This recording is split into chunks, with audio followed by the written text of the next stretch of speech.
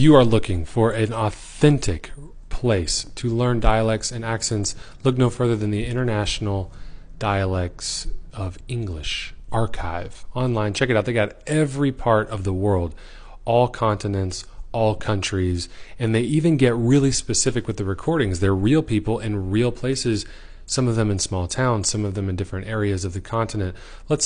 For instance, let's North America. Let's do United States. Well, what part of the United States do you want to go to? Every state. Let's try Texas. What part of Texas? Texas is a pretty big state. What part of Texas? And then listen, it's a real person. How cool is this? Of this recording, Texas 24. Here's a story for you. Sarah Perry was a veterinary nurse who had been working daily at